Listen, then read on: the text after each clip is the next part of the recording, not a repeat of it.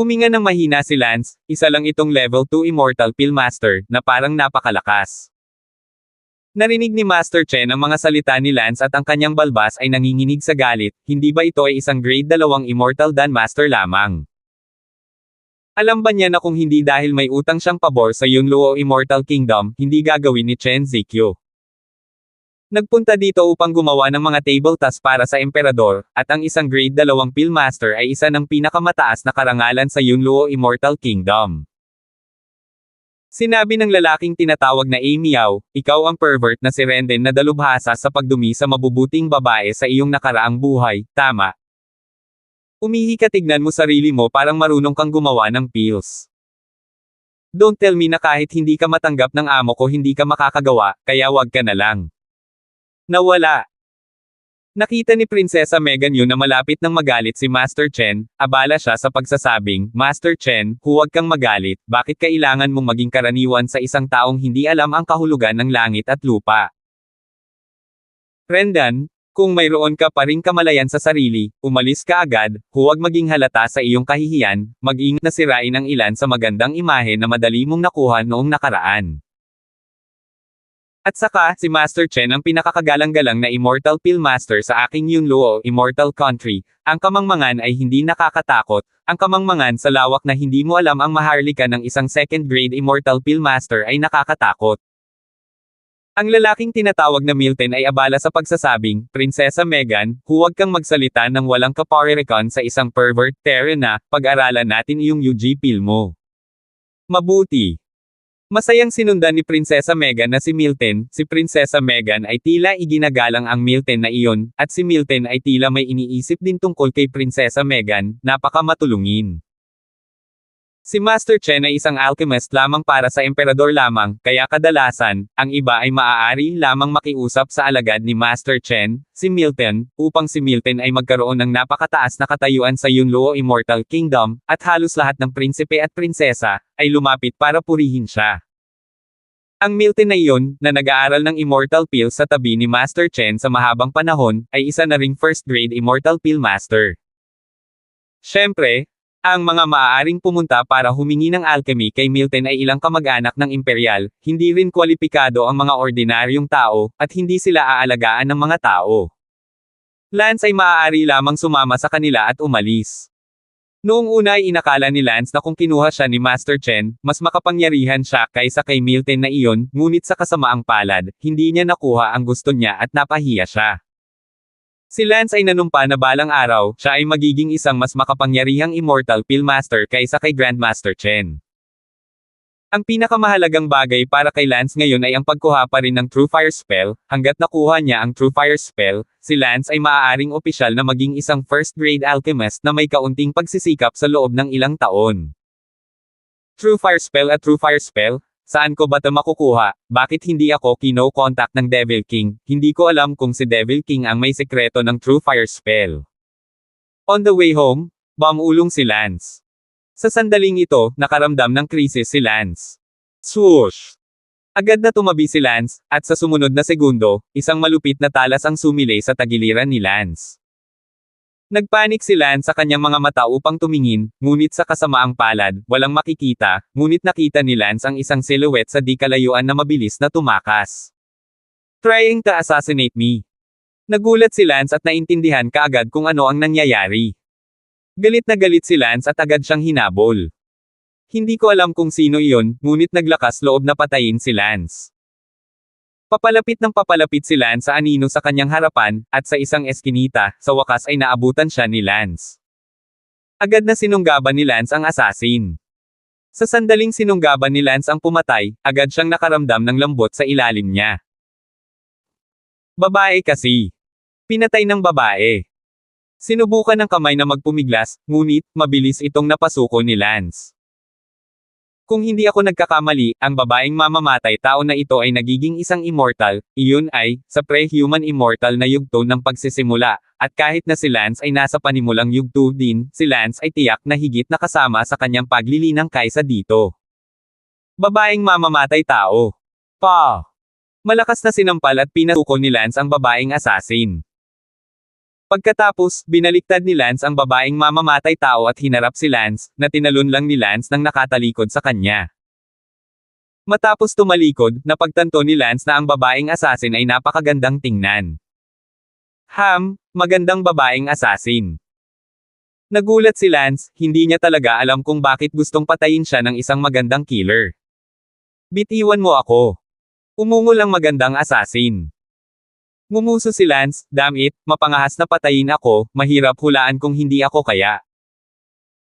Si Lance ay nabalisa, pagkatapos ng lahat tayo ay pre-human immortals, at bagaman ang layong iba ang pag-aayos, pag nataman tayo, mamamatay tayo o masugatan. Sabihin mo, ikaw ang nagpadala sa iyo dito. Pinindot ni Lance. Gayunpaman, hindi sinabi ng magandang pumatay na iyon.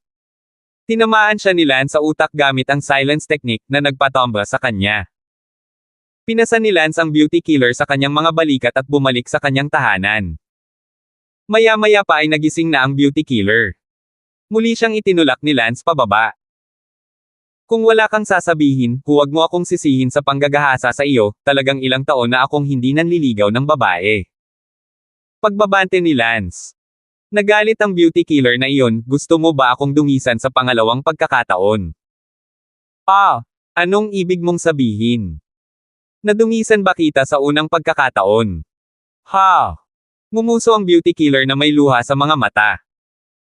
Nag-react si Lance at tumawa, mukhang isa ka sa libu-libong virtuous na babae na naging matatag ko sa dati kong buhay, hahaha, I see, akala ko kung sino ang nagpadala sa iyo para patayin ako. Gayunpaman, sa dati kong buhay, nag-specialize ako sa pagpili ng malalambot na kamatis, ibig sabihin, nagdadalubhasa ako sa pagpili ng mga immortal na magsasaka, ngunit ikaw ay isang immortal ngayon. Nako, nakikita ko, noong dinungisan kita sa aking nakaraang buhay, hindi ka pa naging immortal, ngunit ngayon na naging immortal ka, naparito ka para maghiganti sa akin. I don't have to take this revenge. Ang sabi ng magandang babae habang nakatunog ang mga ngipin. Sinabi ni Lance, sa kasamaang palad, iyon ang ginawa ko sa aking nakaraang buhay, wala akong ginawa sa iyo sa buhay na ito. Wala akong pakialam, ang katotohanan na nabawi mo ang iyong mga alaala mula sa iyong nakaraang buhay ay nangangahulugan na ikaw ay konektado sa iyong nakaraang buhay, at ang galit mula sa iyong nakaraang buhay ay dapat na ipaghiganti sa iyo. Nakita ni Lance na siya ay napakalinis at hindi maiwasang magkaroon ng pahiwatig ng pagnanasa. Hinaplos ni Lance ang kanyang baba at sinabing, dahil naghahanap ka ng paghihiganti laban sa akin sa buong board, hindi ba masyadong unfair kung wala akong ginawa, ayos lang, kaaway mo na rin ako, wala akong pakialam na isa pa, haha. Hinarap ni Lance ang magandang mamamatay tao, at habang sumisigaw ang magandang mamamatay, muli siyang hinuberen ni Lance. Nang matapos ito, sinabi ni Lance, maaari ka nang umalis. Beauty killer bakit nagsusuot ng damit na may luha, walang sinabi, mabilis na umalis. Dapat alam niyang hindi pa bigla-bigla ngayon, sa totoo lang, hindi niya intensyon na patayin si Lance ngayon, dahil nagkataon lang siyang nagkita sa kalye, at nakita niya na si Lance ay nawawalan ng pag-iisip, naisip niya na ito ay isang magandang pagkakataon para patayin siya, kaya binaril niya ito upang pumatay, bilang isang resulta, si Lance ay mas malakas pa kaysa sa kanyang inaasahan, ngunit umiwas, siya ay desperado lamang. Tumakbo palayo. Gayunpaman, hindi niya inaasahan na mahuhuli siya, at pati na rin, nahuli siya pabalik sa bahay, at ginawa niya iyon muli, ang magandang diwata na ito, hindi ko alam kung sinisi niya ang kanyang sarili sa pagiging walang ingat, o sa pagiging peripatetic. 1992. Pagkaalis ng magandang killer, ngumiti si Lance hihihi, inaalala kung ano ang lasa nito, at medyo cool. Ang Lance mula sa kanyang nakaraang buhay ay dapat na umibig sa pakiramdam na ito, kaya't ito ay naging mas mapangahas, at nauwi sa pagiging 1,000. Sa oras na ito, nakaramdam si Lance ng mainit na sakit mula sa kanyang likod. Ito ay natira noong siya ay pinaslang pa lamang ng magandang assassin na iyon, at kahit na naiwasan ito ni Lance sa oras, ang kanyang likod ay naapektuhan pa rin ng ilang alon. Damn!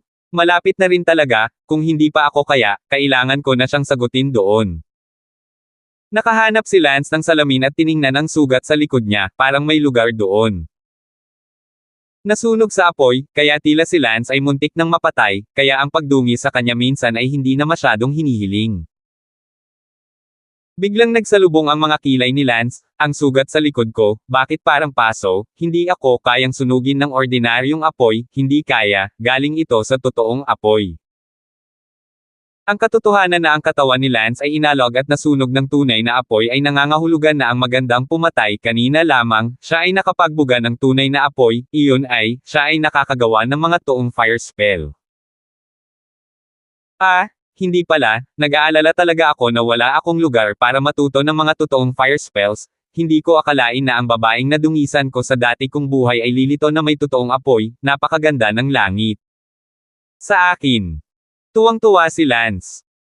Kung matututunan ni Lance ang True Fire Spell, si Lance ay maaaring maging isang first-grade Immortal Pillar Master, o kahit na, sa True Fire Spell, maaaring tumaas ang lakas ni Lance. Teka, nasaan ang magandang killer kanina?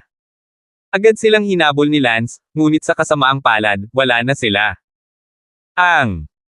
Agad na tinanong ni Lance ang kasambahay, nakakita ka ba ng isang babae, napakaganda, na lumalabas dito? Babae. Hindi. Hinanap muli ni Lance ang janitor, hindi rin, ang magandang Slayer na iyon ngayon lang, hindi man lang niya kinuha ang front door nang umalis siya, tumawid siya sa dingding. Bakit hindi ko nalaman kanina na kaya niyang gumawa ng totoong fire spell? Labis na nanlumo si Lance.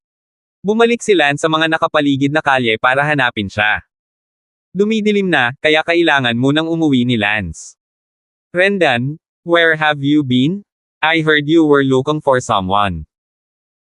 Abala ang stepmother sa pagtatanong nang makita niyang bumalik si Lance. Oo, inasama. Sino ang gusto mong hanapin tulungan ka ng lahat para mahanap mo Naku, hindi ko alam kung ano ang pangalan niya, pero, kalimutan mo na. Nahihiya si Lance na sabihin sa harap ng kanyang madrasta ang tungkol sa babaeng naging matatag sa kanyang nakaraang buhay. Okay lang, sabihin mo na at tutulungan ka naming malaman, sa tingin ko gusto mo talaga siyang mahanap. Well, it's a very pretty woman na dinungisan ko sa dati kong buhay. Napakagandang babae. Pero lahat ng babaeng dinungisan mo sa dati mong buhay ay magaganda, o hindi ka na napunta sa dati mong buhay, Siya ay naging immortal kamakailan, ang babaeng iyon ay ganito ang hitsura. Si Lance ay agad na gumuhit ng isang simpleng larawan, nakita ang pangkalahatang hitsura. Sa sandaling iyon, ang mayordoma sa pagsasabing, alam ko kung sino siya. Alam mo. Young master, wala kang ginawang masama sa dati mong buhay, ako ang naglinis ng kalat pagkatapos, nakilala ko itong babaeng ito noong malapit nang mamatay ang babaeng ito, at sa huli ang kanyang ama. Sinabi sa kanya na walang kwenta ang mamatay, bakit hindi siya nagkaroon ng lakas ng loob na maghayganti sa kanya gayong may lakas ng loob siyang mamatay. Pagkaraan, narinig ko na ang babaeng ito ay determinadong magtanim at tiyak na maghayganti sa kanya. Unfortunately, you were dead before she looked out. I think she must have a deep resentment in her heart and the hatred motivated her to move forward, kaya naman nasa kanya pa rin ang lahat ng alaala ng muling pagkakatawang tao mo. Cut the crap and tell me kung saan ko siya mahahanap.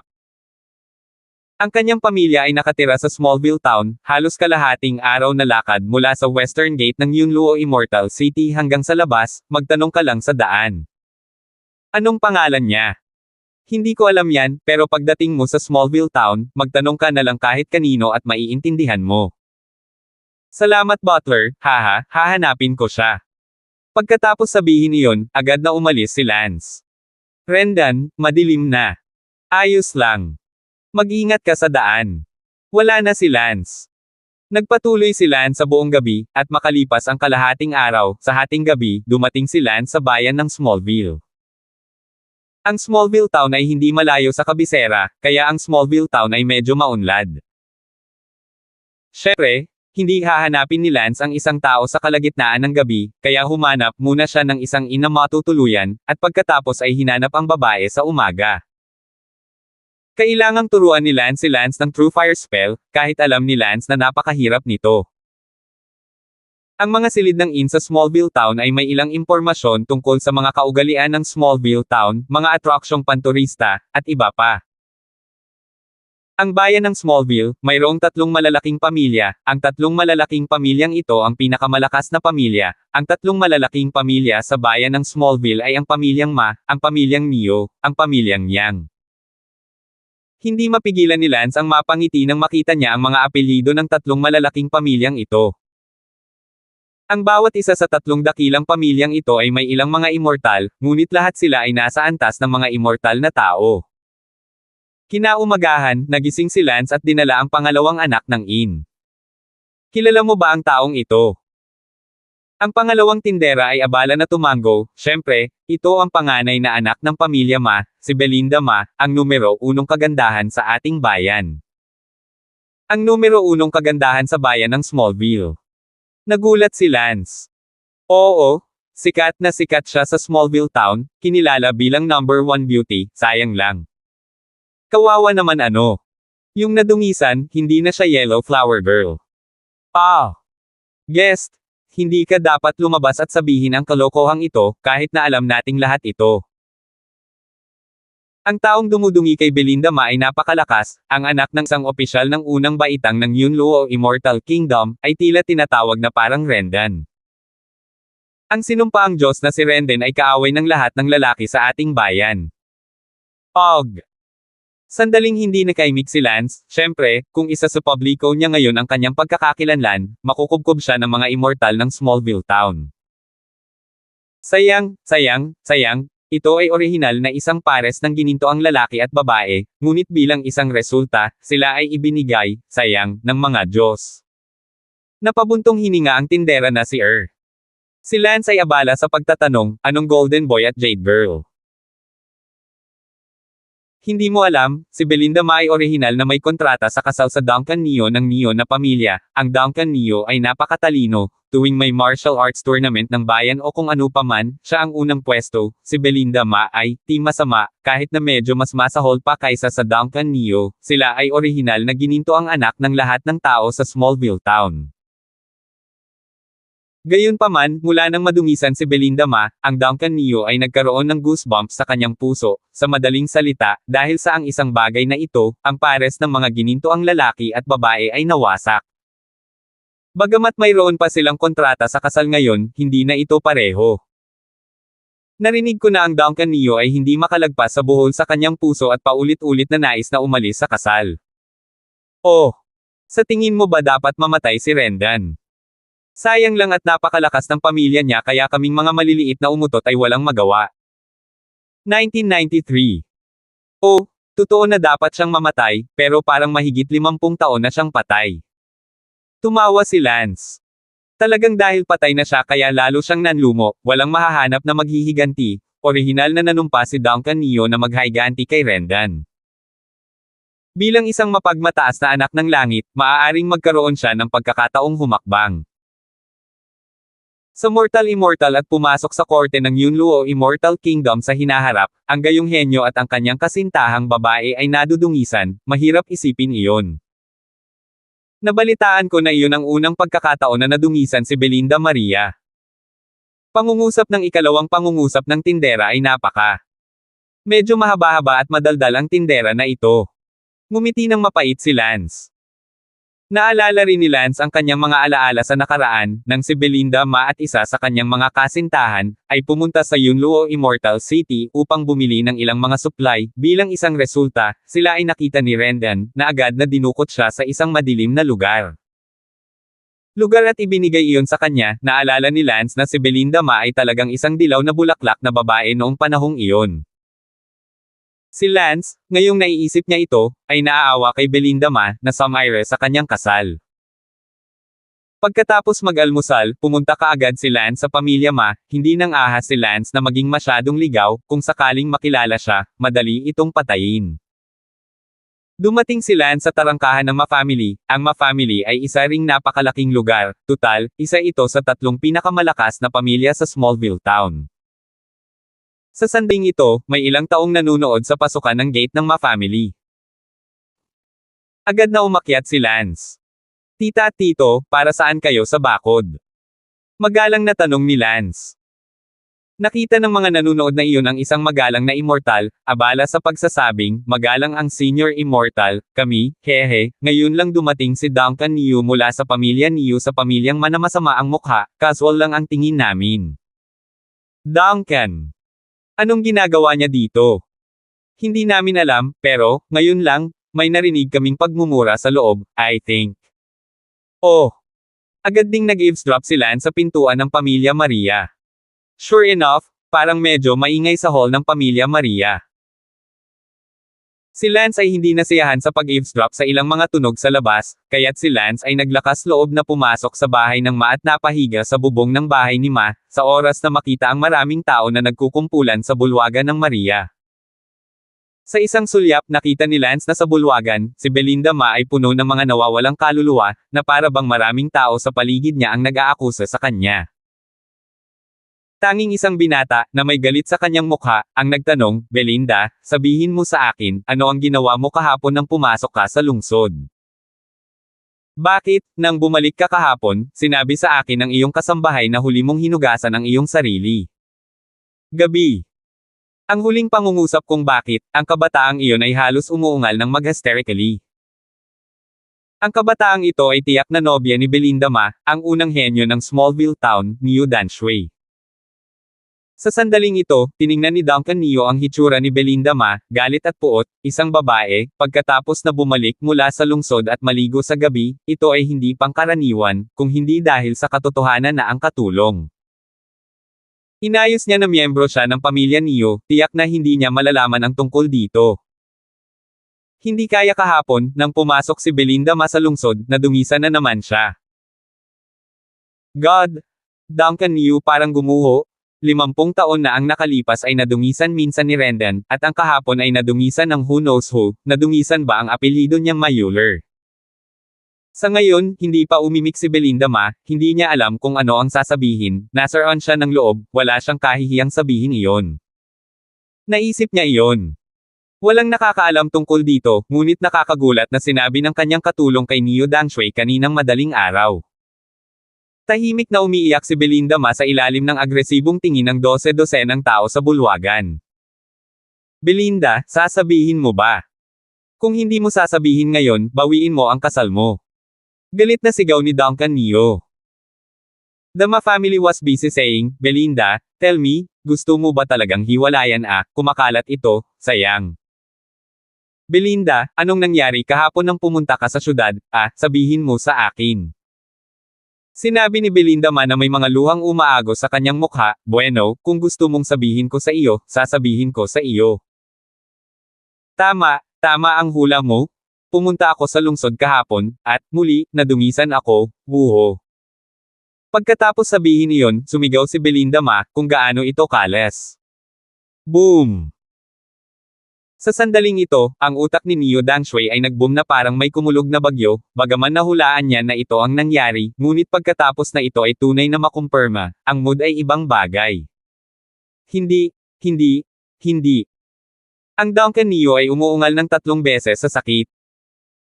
Lahat ng nasa eksena ay natulala doon, hindi makapaniwala, medyo nakikiramay pati na rin nakakaawa, nakatingin kay Duncan. Noong una ay isang pares ng mga gininto ang lalaki at babae na kinaiinggitan ng lahat sa bayan, ngunit ngayon ay ganito ang nangyari. Si Niu Danshui ay hindi na nagustuhan, paulit-ulit na gustong umalis sa kasal, at ngayon ay lalo pa siyang napipilitan. Sandali, hindi alam ng lahat kung paano ay comfort si Duncan.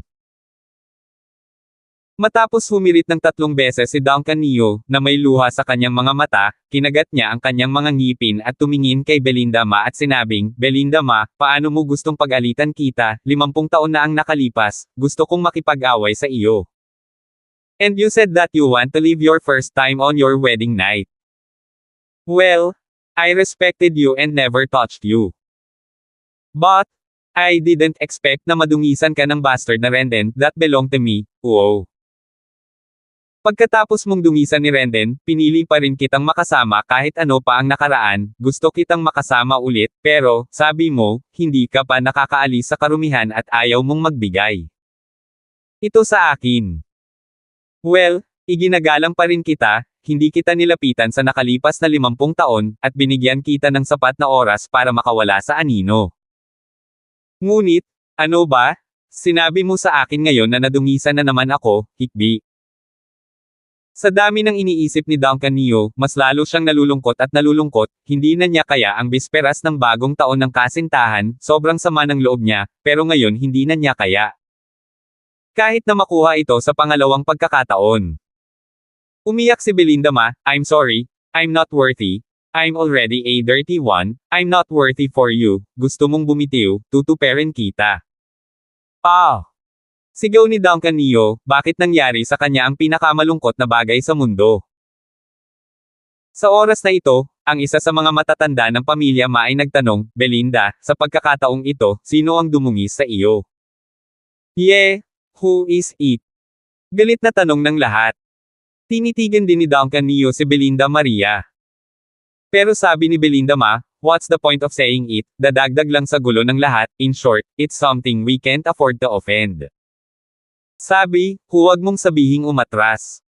Sigaw ni Neo Dangshui na may pulang mata. Sabi ni Belinda bawiin mo ang kasal mo, wala na akong harapan sa iyo. Narinig ni Duncan Neo na gusto na talagang bawiin ni Belinda ang kanyang kasal, at bigla siyang natakot, sa katunayan, gusto pa rin ito ng Duncan Neo sa loob, pagkatapos ng lahat, kung bawiin niya ang kanyang kasal, saan siya makakahanap ng ganoon kaganda, kahit na ang pimple in his heart was already too big to go on, but if he withdraw, don't say the first and second time, all the future was not his share. Hindi ako sang-ayon, hindi ako actress. Abala si Duncan Neo. 1994. I'm sorry, Duncan, ngunit hindi na ako sapat para sa iyo, at gusto kong bawiin ang aking kasal. Belinda, pasensya ka na at gusto mong putulin ang kasal mo sa akin. Dahil lang sa sorry mo. Wala man lang akong nasabi pagkatapos ng labis na kasalanan, pero gusto mong bawiin ang kasal mo sa akin, sa ano? Bakuran. Ang mga tao ng pamilyang ay nagkumbinsi din sa isa't isa, na nagsasabi kung hindi siya nagustuhan ni Duncan Neo, kaya bakit hindi niya gusto ang kanyang sarili. Sa oras na ito, sa bulwagan, ang isa sa mga walang kamatayan ay biglang sumigaw, sino, na nakahiga sa bubong. Si Lance ay walang magawa, ngunit siya ay natuklasan. Walang pagpipilian si Lance kundi lumipad pababa mula sa bubong. Nagulat si Belinda nang makita niya si Lance. Ngumiti si Lance at sinabing, ako ito. Sino ka? Bakit ka nakahiga sa bubong ng bahay ng aking kabayo? Tanong ng matandang iyon mula sa huling yugto ng Human Immortal. Ngumiti si Lance, nandito ako para humingi ng tawad kay Belinda Maria. Humihingi ng tawad. Humihingi ng paumanhin para sa ano? Hindi ito maisip ng mga tao. Agad na tumingin ang lahat kay Belinda para lamang makita na ang kanyang katawan ay nanginginig at ang kanyang mga mata ay nakatingin kay Lance na may walang katapusang puot. Nang makita ng lahat ang reaksyon ni Belinda sabay-sabay silang nahulaan. Umuungal si Duncan Neo, sabihin, ikaw ba ang dinungisan ng aking kasintahan kahapon? Sa sandaling ito, nanginginig ang buong bulwagan. Sinabi ni Lance, kahapon, muntik na akong patayin ni Julie pagkatapos noon ay medyo hindi ako nasisiyahan sa aking puso, kaya, sa udyok, ibinigay ko iyon sa kanya. Gayunpaman, habang iniisip ko iyon, lalo akong naaawa para sa Belinda and I came here today to apologize. Ano? Ikaw talaga. Duncan Neo ay nanginginig sa galit, at malapit na siyang mag-collapse sa loob ng maisip niya sa kanyang isipan ang imahe ng taong ito na nakahiga sa ibabaw ng kanyang nobya kahapon at tumatakbo sa paligid. Ang kanyang sariling kasintahan, na hindi pa man lang nasusulyapan, 2 beses nang sinamantala ng iba. Papatayin kita. Namumula ang mga mata ni Duncan Neo, at lumitaw ang hangarin sa pagpatay. Sa bulwagan, sumigaw ang isang matinong immortal, sasayaw na tubig, huwag kang pabigla-bigla, ngayon lang sinabi ni Belinda, ang taong ito ay may pambihirang kapangyarihan, hindi kayang manakit, hindi dapat magdala ng kapahamakan sa iyong pamilyang Neo Kinagat ni Duncan Neo ang kanyang mga ngipin, nasa harapan ko ang nang-insulto sa aking kasintahan, kung hindi pa rin ako maglalakas loob na pumatay, hindi ako karapat-dapat na maging tao. Natakot din si Julie Ma na baka gumawa ng mapusok si Duncan Neo at sa halip ay mapahamak ang pamilya Neo. Abala siya sa pagsigaw kay Lance, "Umalis ka rito, hindi ko kailangan ang iyong paghingi ng tawad, umalis ka na rito. Gusto mo na talagang mamatay, buong buhay ko sinaktan mo ako, gusto mo bang saktan ulit ang pamilya ng mapapangasawa ko?" Walang pakialam si Belinda Ma sa buhay ni Lance, natakot lang siya na mapatay siya ng Duncan Neo at mapahamak ang pamilya Neo. Si Lance, gayunpaman, ay bumantong hininga, isang pre-human immortal sa kalahati ng kanyang buhay, ipinapalagay mo pa nga na papatayin mo ako.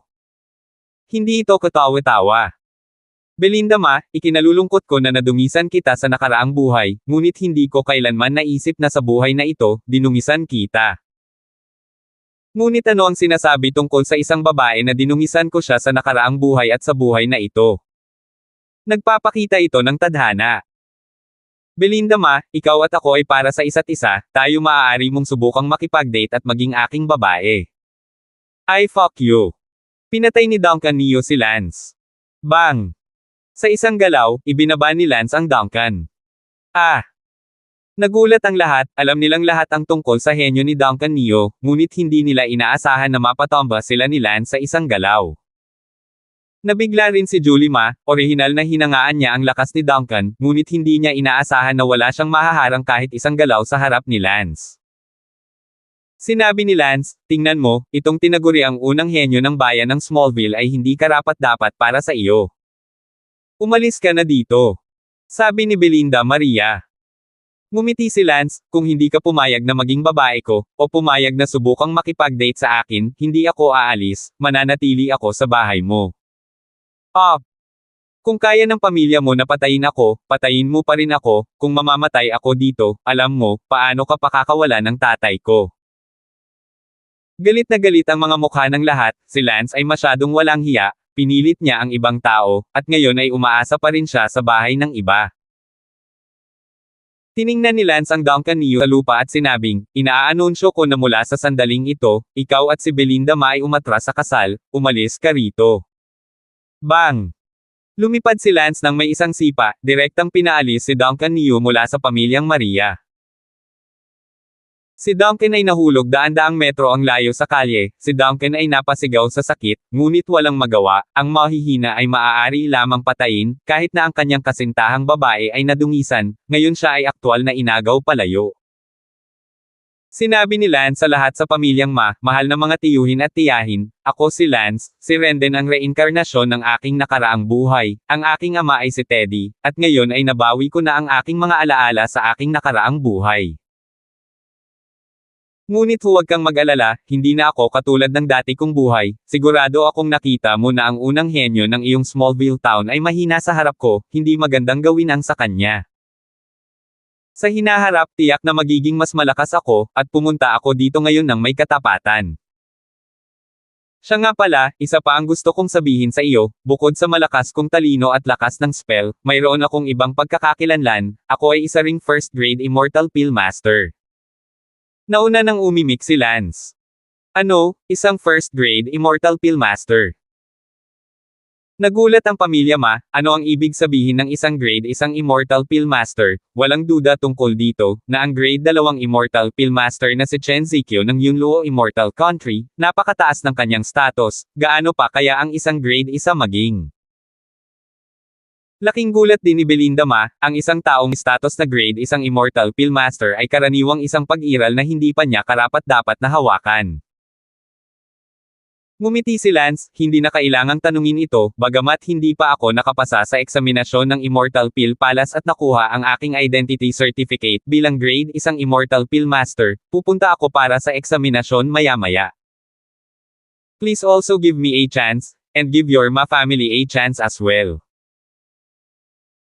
As you can see, other than the fact na nadungisan ko si Belinda Ma sa dati at kasalukuyang buhay ko, the rest, whether it's my family lineage, my own talento, kakayahan, at ang aking hitsura, lahat sila ay karapat-dapat kay Belinda Ma, at kahit na dumami ang Duncan Neo sa hindi kilalang bilang ng mga lansangan.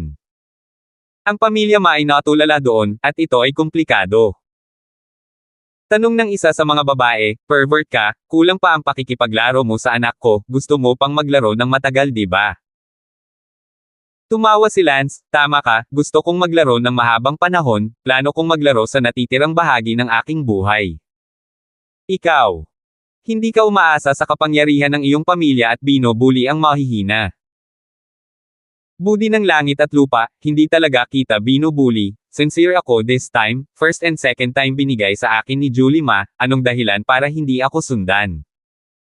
Sige, ngayon, hahayaan ko muna kayong magkaroon ng magandang talakayan, I recuse ko ang sarili ko.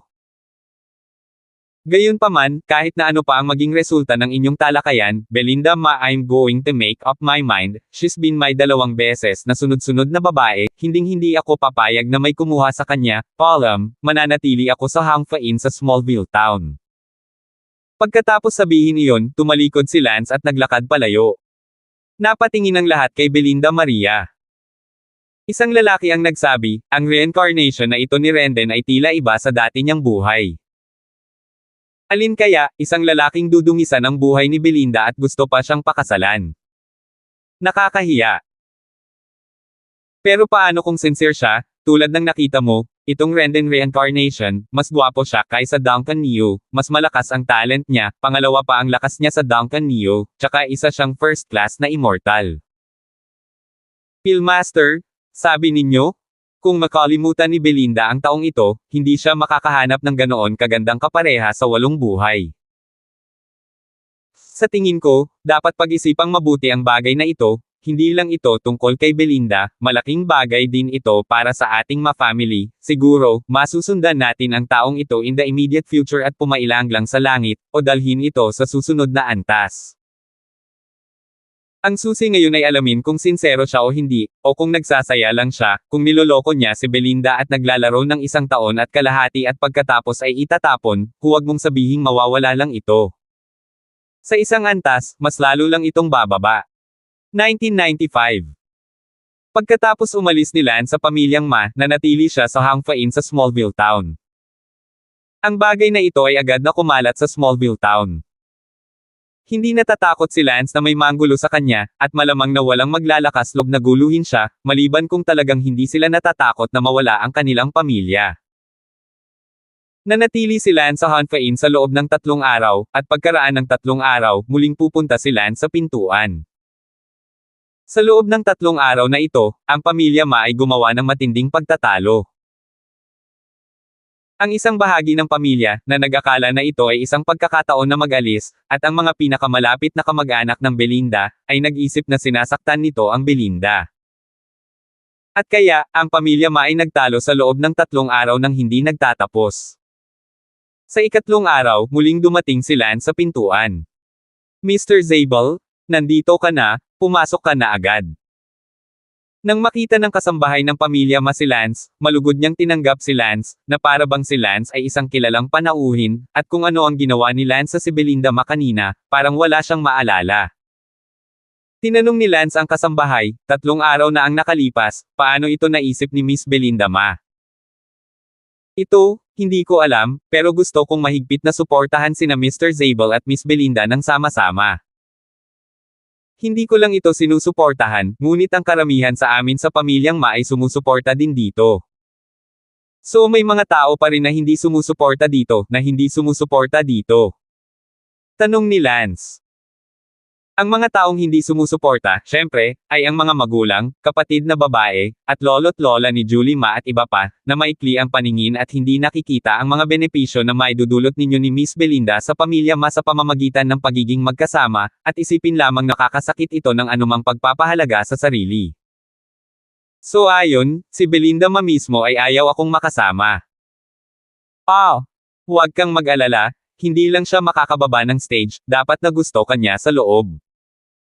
Kinalikot ng housekeeper ang kanyang mga salita. Naunawaan ni Lance na si Belinda Ma, gayon din ang kanyang mga pinakamalapit na kamag-anak, ay nag-aatubili, habang ang iba pa sa pamilyang Ma ay higit na nag-aalala sa kinabukasan ng pamilyang Ma kaysa sa pinsalang darating kay Belinda Maria. Nang sabihin iyon, pumasok si Lance sa bulwagan ng pamilyang Maria. Guro ng bahay, narito si Gongshi Zabel. Pagpupugay kay Gongshi Zabel. Isang grupo ng mga tao mula sa pamilyang Ma ang nataranta upang magbigay galang, ito ay isang magandang saloobin. Sabi ni Lance, 3 araw na, kumusta na ang usapan? Huwag kang mag-alala, Mr. Zabel, lahat kami ay masaya na makita ka at ang magandang kapalaran ni Belinda ay nagkatotoo. Si Lance ay nagwala sa bulwagan at hindi nakita si Belinda Maria. Tanong ni Lance, nasaan si Miss Belinda? Hindi siya lumabas. Sa sandaling iyon, sinabi ng isang babae, Renden, dapat kang mamatay dahil dito, hindi ko hahayaang patuloy mong sirain ang aking anak na babae. Ang isa pang nasa katanghaliang gulang na lalaki ay nagsabi, oo, kahit na kailangan kong ipagsapalaran ang aking buhay, hindi ko hahayaang masira mo ang aking anak na babae. Tiningnan ni Lance ang dalawang lalaking ito, na nagsasabing sila ang mga magulang ni Belinda ngunit sa kasamaang palad, hindi sila mga immortal. Sinabi ni Lance, paano mo ako mapipigilan sa unang ranggo ng mga immortal cultivator? Sa panganib ng iyong buhay. Ngunit hindi mo ako mapipigilan kahit na ipaglaban mo ang 10,000 ng iyong lumang buhay, kaya maaari mo ring isipin ang tungkol dito. Imposible, dinungisan mo ang anak ko, sinira ang reputasyon niya, at ngayon gusto mong pakasalan ang anak ko, gusto mo bang pagtawanan ang anak ko ng mga taga-bayan ng Smallville? Sinabi ni Lance, hindi ko sinabing pakasalan mo ang iyong anak, ang sabi ko lang, manatili ka sa akin. Ikaw. Tungkol sa pagkasira ng iyong reputasyon, makakain ka ba ng reputasyon? Maaari mo ba itong gamitin bilang damo at gayuma? Naiintindihan ko ang iyong kagustuhang suportahan ang iyong anak, ngunit huwag mag-alala, hindi ako naglalaro, ang ibig kong sabihin ay. At kung naglalaro lang ako, bakit kailangan kong humingi ng opinyon mo? Direktang hayaan ang pinakamalakas na tao sa aking pamilya na dumating at agawin ito. Isang matandang lalaki mula sa pamilyang Maang nagsabi, oo, nakikita ko na si Duke Zabel ay napakatapat din. Tama, kung si Duke Zabel ay sinsero, bakit hindi maging isang may sapat na gulang? Isa-isang kinukumbinsi ng lahat ang mga magulang ni Belinda Maria. Sinabi ni Lance, nasaan si Belinda ngayon? Kakausapin ko siya ng personal. Abala ang isang kabataan, dapat nasa boudoir niya si Belinda, I'll go call her out. Hindi na kailangan, ako mismo ang pupunta sa boudoir niya. Sabi ni Lance. Nagulat ang lahat. Ang ina ni Belinda ay abala sa pag-iingay, hindi. Ngunit, isang matandang lalaki mula sa pamilyang Maang nagsabi, Mr. Zabel, sumama ka sa akin. Sinundan ni Lance ang matandang iyon, at galit na galit ang mga magulang ni Belinda ang mga taong ito sa pamilya, nakita niya ang mga ito, wala silang pakialam kung masaktan o malinlang si Belinda ang alam lang nila ay may maidudulot silang benepisyo sa mga pamilya, benepisyo sa kanila. Hindi nagtagal ay dumating si Lance sa isang loft. Yung loft sa unahan ay boudoir ni Belinda, mag-isa ka bang aakyat doon, o ihahatid na kita doon? Ako na mismo ang aakyat doon, at walang sino man sa inyo ang lalapit ng walang utos ko. Oo. Bumaba si Lance sa atek, at tumalon hanggang sa atek. Sa sandaling umakyat si Lance sa atek, isang grupo ng mga tao mula sa pamilyang Maang sumunod sa likuran, kasama ang mga magulang ni Belinda Maria. Gusto ng mga magulang ni Belinda na umakyat at pigilan si Lance, ngunit pinigilan sila ng ilang kabataan mula sa pamilya Maria. Sinabi ni Duke Zabel na walang sino man ang pinapayagang lumapit, kaya't kung sino man ang gumawa ng isa pang hakbang, huwag mo akong sisihin sa pagiging bastos. Sabi ng matandang lalaki mula sa pamilyang Maria. Ang matandang ito ay isang late-stage na human immortal, ang pinakamalakas na tao sa pamilya kaya lang, hindi na siya makahakbang pa, ngunit sa pagkakataong ito si Lance ay nagpakita sa kanya ng kaunting pag-asa. Pumasok si Lance sa boudoir ni Belinda nasa kwarto nga si Belinda ngunit mukha siyang mapurol ang kanyang mga mata, magulo ang kanyang buhok, at tila nagdurusa siya sa mental torture. Belinda! Sigaw ni Lance. Ikaw pala, umalis ka na dito. Sigaw ni Belinda Maria. Sinabi ni Lance, Belinda, bakit napakahina mo? Get out! Sigaw ulit ni Belinda at tinanong kung paano maging napakabulok, ano ba, hindi ba't siya ang may kagagawan nito? Ngayong siya na ang dala ng pagkawala ng kanyang kontrata sa kasal, ang kanyang reputasyon ay nawala, at nilinaw niya na ayaw niyang makipag-ugnayan kay Rendon, ngunit nitong mga nakaraang araw, ang mga tao ng kanyang pamilya, nagsalitan upang hikayatin siyang sundan si Rendon, upang maging babae ni Rendon. Si Belinda Ma ay walang katumbas na sakit sa loob, tanging ang kanyang mga pinakamalapit na kamag-anak lamang ang nagmamalasakit sa kanya at talagang iniisip siya. Sa sandaling ito, hindi kalayuan sa attic, nakatayo doon ang isang grupo ng mga miyembro ng pamilya Ma, hindi sila pinayagang makalapit, ngunit narinig nilang lahat ang dagandong ni Belinda Maria. Ngumiti si Lance. Belinda, mukha kang sira at sira, iba talaga, maganda ka. Ihalo. Belinda, sumunod ka sa akin, huwag kang mag-alala, hinding-hindi kita gagawing masama. Scram! Pagkatapos niyang sabihin iyon, biglang may lumabas na apoy mula sa palad ni Belinda Maria. Alam ni Lance na ito ay isang tunay na spell ng apoy. Sa totoo lang si Lance, ang gusto niya ay totoong fire spell. Syempre, kung payag si Belinda man na maging babae niya, hindi tatanggi si Lance. Si Lance ay commandant habang ang isang araw ay pumutok at pinasuko si Belinda Maria. Bitawan mo ako. Itinulak ni Lance si Belinda Ma sa kama. 1996. Hindi kita bibitawan, Belinda Ma, ayaw mo akong maging babae, pero bigyan mo ako ng valid na dahilan. Bitawan mo ako, baka mabastos ako. Galit na galit ni Belinda Maria. Medyo nagalit din si Lance, ang babaeng ito, masyado siyang walang utang na loob. Belinda Ma, to tell you the truth, nakapatay ako ng mga babaeng mas maganda sa'yo. Tinatakot mo ba ako? Sinabi ni Lance, sinasabi ko lang sa iyo, huwag mong isipin na ang aking pasensya ay walang hanggan, inisin mo ako at patayin kahit gaano ka pa kaganda, bago ang isang babae, hindi ko sasabihin kung sino iyon, ngunit tiyak na ito ay hindi mas masama kaysa sa iyo, pinatay ko. Pagkatapos ay patayin mo ako, ang buhay ko ay nasira mo, pinatay mo ako. Galit na tumingin si Belinda Ma kay Lance. Inangat ni Lance ang mukha ni Belinda Ma at sinabing, sa kasamaang palad, ayoko na ngayon. Huwag mong hawakan ang mukha ko. Hindi lang mukha mo hahawakan ko, hehe. Ehe. Bitawan mo ako. Hindi nagtagal ay narinig na ng mga ma-out, hindi kalayuan sa attic, ang hindi pagkakatugmang tunog. Og. Bumantong hininga ang lahat, iniisip na pumunta si Lance sa boudoir ni Belinda Ma para hikayatin siya, ngunit ilang minuto lang, muli, sayang. Noon lang, dumating ang Duncan Neo. Habang iniisip ito ni Duncan Neo, lalo siyang nag-aatubili, dumating siya ngayon, handang kunin si Belinda Ma, kahit hindi niya kayang guluhin si Lance, pero kaya nilang itago Duncan, anong ginagawa mo dito? Tanong ng isang lalaki mula sa pamilyang Maria. Sabi ni Duncan, nasaan si Belinda? Naparito ako para hanapin si Belinda, nabalitaan ko na ayaw din ni Belinda na makasama ang Zabel na basurahan, sigurado akong gusto ni Belinda na makasama ako, gusto kong dalhin si Belinda sa malayo. Malayo. Sabi ng isang binata mula sa pamilyang Ma, Duncan Neo, hindi mo nagustuhan na si Belinda ay hindi dalisay noon, ngunit ngayon ay nanunsyo mo ang iyong pag-alis at darating pa rin. Huwag kang mag-alala, hindi ko na, naisip ko na, bagamat si Belinda ay wala ang unang segundo, ngunit mayroon pang pangatlo at pang-apat sa hinaharap, hanggang sa pagtanda ay akin na siya, ano ang kailangan kong gawin? Ayoko, kukunin ko si Belinda at lilipad. Ngumuso ang isang kabataan, pangatlo, wala ka ring pagkakataon. Ano?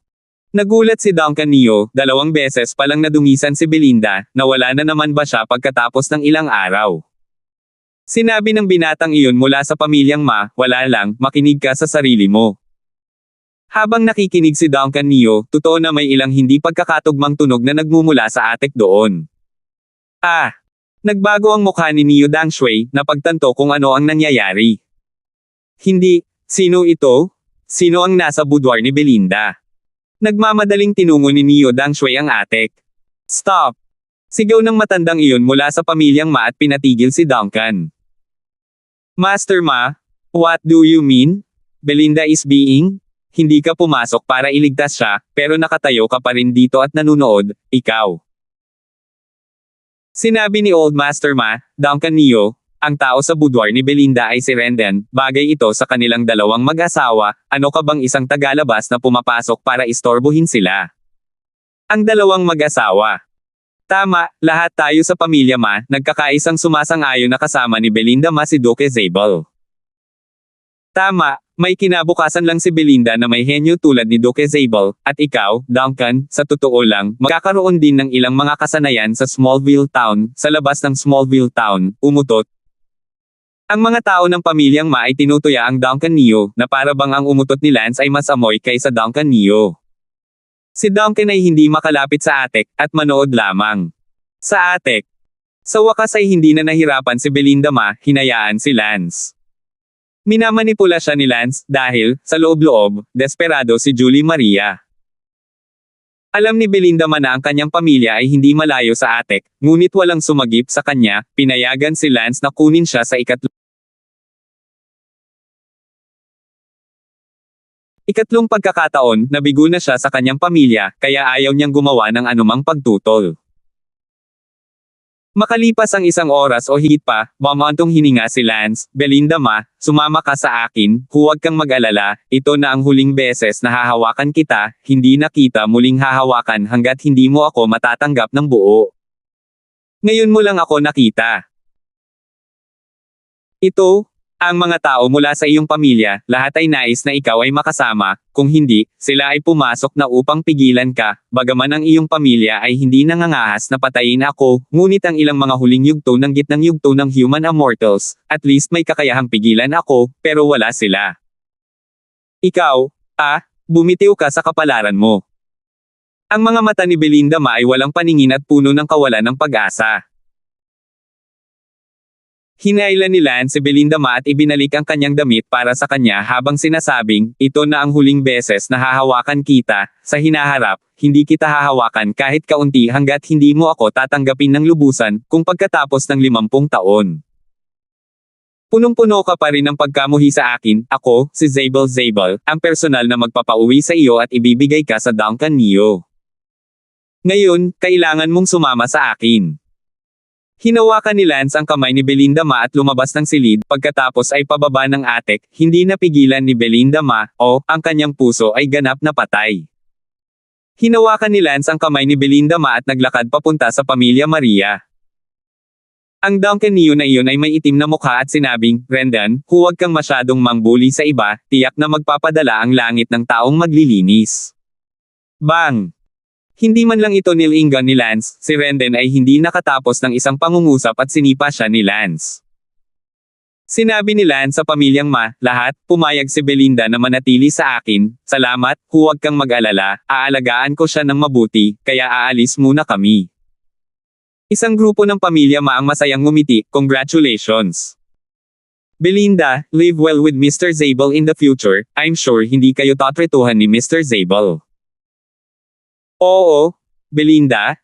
In the future, kapag pumailanglang ka sa taas, huwag mong kalimutan ang pang-anim mong tita sa akin At ako, ang ikawalong tita mo Ang lahat ay natarante at natakot kay Belinda Ma, ngunit si Belinda Ma ay mukhang patay, ang kanyang mga mata ay mapurol, at hinayaan niya si Lance na pangunahan siya, tila hindi niya alam kung ano ang kanyang ginagawa, ang kalagayang iyon ng pagluluksa ay mas masahol pa sa kamatayan, ito.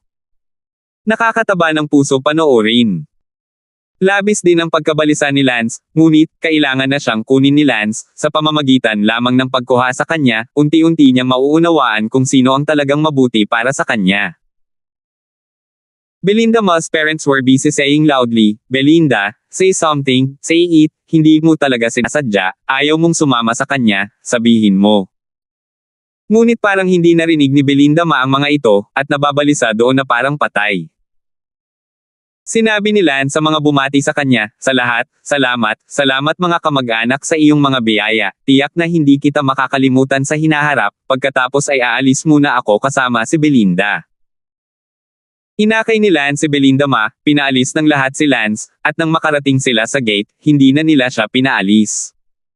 Paalam Belinda, bumalik ka ng madalas sa bahay ng nanay mo kapag may oras ka. Binuhat ni Lance si Belinda Ma, lumipad at naglaho sa kalangitan, at isang grupo ng mga tao ang kamakaway pa rin sa malayong kalangitan sa gate ng Pamilya Maria. Ang mga magulang ni Belinda Ma, gayunpaman, ay iyak ng iyak. Hinawakan ni Lance si Belinda Ma sa kanyang mga bisig at lumipad sa kalangitan. Nahipnotis mo si Belinda Ma sa pagtulog ni Lance, at hinawakan ni Lance ang mukha ni Belinda Ma at napabuntong hininga. Naramdaman ni Lance na hindi siya gumagawa ng masama, at isang araw, magpapasalamat si Belinda Ma kay Lance sa paglayo sa kanya ngayon. Pagkatapos noon, hindi na siya muling hawakan ni Lance, maliban kung isang araw, siya mismo ay payag, ngunit talagang noong araw na iyon, ipinakita nito na hindi lang ayaw ni Belinda Ma kay Lance, ngunit nagustuhan niya si Lance. 1997. Nang muling imulat ni Belinda Ma ang kanyang mga mata, nakarating na siya sa kabiserang lungsod ng Yunluo Immortal Kingdom. Mabilis na umupo si Belinda Ma, at nakita niya si Lance na nakaupo sa gilid habang nakapikit habang naglilinang. Saan ito? Hindi malay na tanong ni Belinda Maria. Iminulat ni Lance ang kanyang mga mata at maluwag na sinabi, gising ka na, ito ang aking tirahan sa Zabel, ang aking silid. Ikaw. Nagpanik si Belinda Ma at mahigpit na tinakpan ang kanyang katawan. Naku, nasabi ko na sayo, simula ngayon, hindi na kita gagalawin ng walang pahintulot mo, pwede ka nang magpahinga. I want to go home, I don't want to follow you. Galit na sabi ni Julie Maria. Huli na para sabihing hindi ka na hanggang nandito ka ngayon sa bahay ko, huli na, noong inilayo kita sa pamilya Ma, bakit hindi ka umimik at hinayaan kitang ilayo ka sa harap ng sa lahat, kung sinabi mong ayaw mo noon, umalis na ako agad mag-isa, huli na. I was so disappointed at that time kasi I was so disappointed.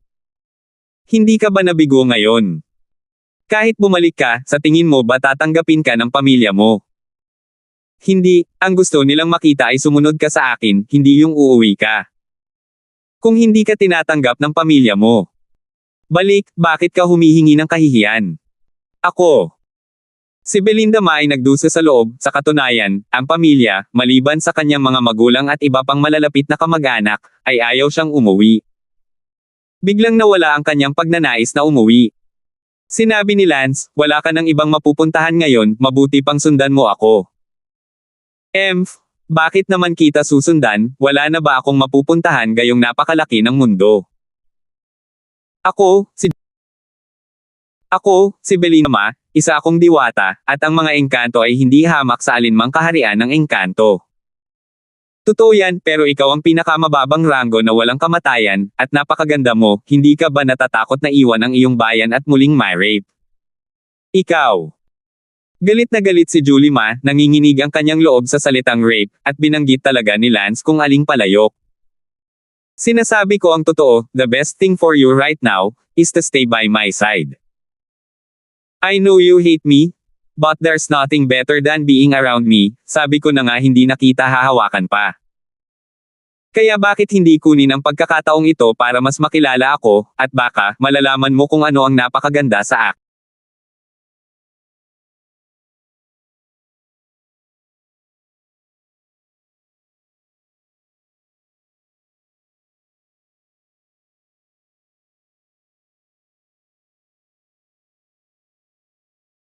Julie Ma or Belinda. Huwag mo sanang insultuhan ang salitang cute, napapasakit mo lang ako, sambat ni Julie Maria.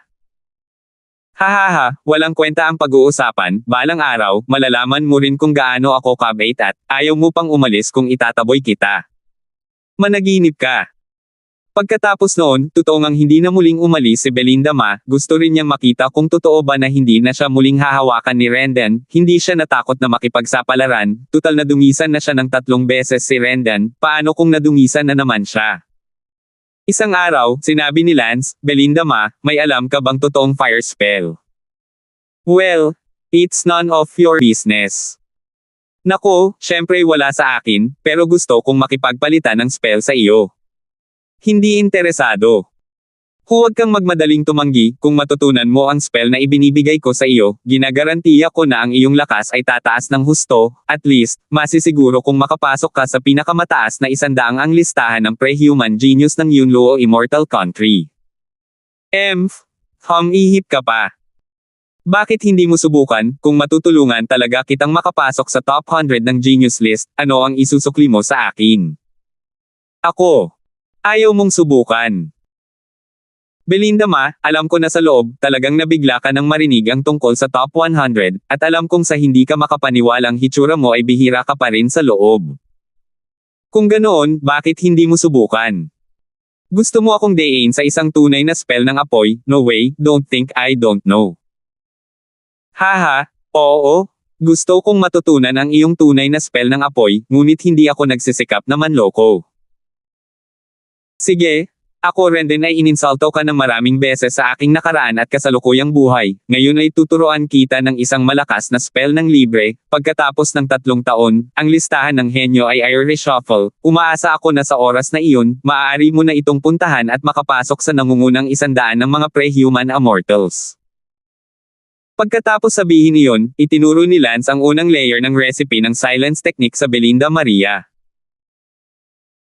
Si Belinda sa orihinal ay umungo lang, hindi iniisip na si Lance ay magtuturo sa kanya ng kahit anong malalim, ngunit pagkatapos ng ilang minutong pakikinig, si Belinda ay medyo nabigla, dahil ang silence art ni Lance ay talagang napakalalim na hindi niya maintindihan. Minsan ito. Sige, kapag naituro na, depende sa sarili mong talento kung gaano mo naiintindihan ang iyong sarili. Oo nga pala, magagamit mo ang spell na ito, ngunit hindi mo ito dapat ituro sa iba. Hindi na ipasa ni Lance ang kabuuan ng silence technique kay Belinda ngunit ang unang antas lamang, ang unang 5 estilo, at mayroon pa ring 10 estilo na hindi pa naipasa ni Lance, at higit sa lahat, mayroon pa ring 7 estilo na hindi pa nasanay ni Lance sa likod. Kung matutunan mo itong 5 estilong ipinasa ko sa iyo, sa tingin ko ay hindi ka mahihirapang makapasok sa top 100 ng listahan ng henyo. Belinda huwag mong kalimutan ang pangakong binitawan mo at ako, kung makapasok ka sa top 100, kailangan mo akong bigyan ng reward. Anong klaseng kabayaran? Sinabi ko ba? I don't want anything in return from you too. Pass on your true fire spell to me. Plus, give it to me again willingly. Remember, willingly, hindi na napipilitin gaya ng dati. Sige, practice ka. Teka, hindi ko pinanggako sa'yo yan. Kung hindi ka nangako, then forget I didn't teach you my spell just now, don't practice it. Ako. Medyo nag-aatubili si Belinda ang spell na ibinigay ni Lance sa kanya ay malakas at gusto niyang matutunan ito, nalaman niyang nakulong siya ni Lance. Sabi ni Julie ngayon ko lang lubos na intindihan, pwede mo bang ituro ulit? Maiintindihan ko ba na pumayag ka sa napagkasundoan natin? Chumi, sinabi mo sa sarili mo na hindi mo na ako hahawakan pa. Tama, maliban kung gusto mo. Okay, I'll bet you that if I can really enter the pre-human immortal 100, then I'll teach you the true fire spell, and then, willingly let you, that one time. Namula si Julie siya mismo hindi kailanman inaasahan na sasang-ayon sa ganoong kaiyahiyang bagay. Gayunpaman, ang tukso na makapasok sa nangungunang 100 ay talagang napakalaki, dahil ang kanyang kasintahang si Duncan, ay hindi pa nakapasok sa nangungunang 100 ng ranggo na ito bago makapasok sa nangungunang 1,000, at hindi siya kasing lakas ng Duncan noon, ngunit syempre, kamakailan lang siya ay naging isang immortal, at hindi pa lumahok sa anumang rangkang na may kaugnayan noon. Deal, pagkatapos ay ipapamahagi ko ito sa iyo muli. Ibinigay ito ni Lance kay Belinda pagkatapos ay sinimula ni Belinda na linangin ang silence technique. Bagamat mahalaga ang silence art, ngunit naniniwala si Lance na ang 9 the Wisp Demons na dapat mayroong mas malakas na spell, kaya hindi ito pinahalagahan ni Lance bilang isang pamana ng pamilya, kapag dapat itong ipasa sa iba, hindi nagatubili si Lance na ipasa ito, at pagkatapos maging immortal si Talia at ang iba pa, lahat sila ay matututo nito. Nagsimula na ring iluwan ni Lance ang kanyang cultivation, umaasa si Lance na pagkatapos ng 3 taon, makakaakyat siya sa pre-human immortal rankings, halimbawa, sa nangungunang 10. 1998. Dumating ang 3 taon sa isang iglap. Inabot ng 3 taon si Lance upang tuluyang maipon ang immortal machine sa 100, na nangangahulugan na si Lance ay nasa kalagitnaan ng kalahating punto sa landas ng pre-human immortal realm, at nasa kalahati na patungo sa cultivation. Pre-human immortal, sa wakas ay nasa kalagitnaan na ng cultivation. Ikinuyom ni Lance ang kanyang mga kamao, mas lumakas ang pakiramdam, bago pa lang nagsisimula si Lance, nagawa niyang talunin si Lulu Hu na nag-cultivate hanggang sa kalahati, ngunit ngayon, si Lance nag-cultivate na rin si Lance hanggang sa kalahati, may kumpiyansa si Lance na bihisan ang mga henyong iyon na nasa pre-human immortal stage at nag-cultivate hanggang sa huling yugto. Sa pagkakataong ito, ay reshuffle ang listahan ng henyo, dapat ako ang maging numero 1 sa pre-human immortal stage. Puno ng determinasyon ang tingin ni Lance. Kailangang talunin ni Lance ang 16 na tao sa pre-human immortal ranking list na nag-cultivate hanggang sa huling yugto kung gusto niya maging unang lugar sa pre-human immortal ranking list. Dumating si Lance sa susunod na silid, ang susunod na silid, si Belinda Ma, ay nililinang, sa loob ng 3 taon, nilinang niya ang silence technique na itinuro ni Lance, dapat ay medyo matagumpay siya. Sa 3 taon na ito, hindi lumabas ng kwarto sina Lance at Belinda Man ng kalahating hakbang, at walang sinuman mula sa mga katulong ng bahay ang dumating upang guluhin sila, para sa immortal na mundo, ang 3 taon ay parang 3 araw. Hindi inabala ni Lance si Belinda Ma, bagamat 3 taon na ang lumipas, may ilang buwan pa bago na reshuffle ang listahan ng henyo. Dapat kong puntahan si Little Fire at ang iba pa. Tumalikod si Lance at umalis sa tirahan ng Zabel.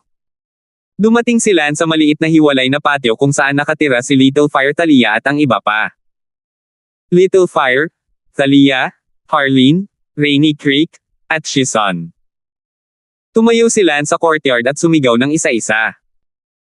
Maya-maya, lumabas na ang lahat sa kwarto, lahat sila ay may patong na alikabok sa kanila, halatang hindi sila kumikibo sa ilang taon. Kuya Lance, nandito ka na. Tawag ni Little Fire 1. Nagsipagtrabaho na ang lahat, magpahinga na tayo.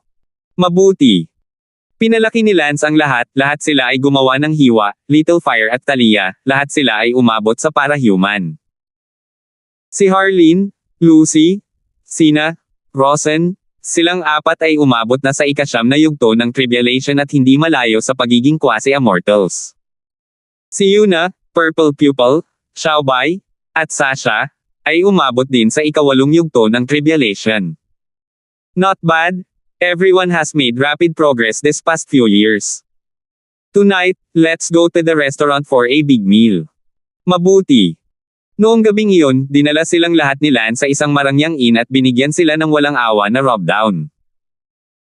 Pagkatapos kumain, hindi na bumalik si Lance sa tirahan ng Zabel, ngunit dumating sa maliit na hiwalay na patio, pagkatapos ng lahat, at si Talia at ang iba pa ay hindi nagsasama sa loob ng ilang taon, pagkatapos noon ay nanirahan si Lance sa maliit na hiwalay. Courtyard sa loob ng kalahating buwan, itong kalahating buwan na si Lance ay hindi nagtanim, at lahat ay walang ginawa, tulad ng isang holiday. Pagkatapos ng kalahating buwan, ipinagpatuloy ni Talia at ng kanyang grupo ang kanilang closed-door cultivation, habang si Lance ay bumalik sa Zabel residence. Saan ka nagpunta?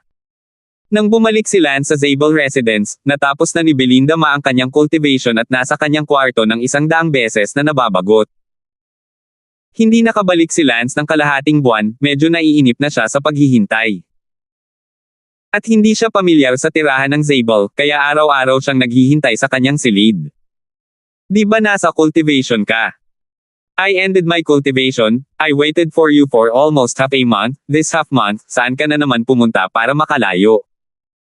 Yes, I did get away for half a month, and to tell you the truth, maraming babae ang nagkakagusto sa akin, at maraming babae na mas maganda sa'yo. None of my business.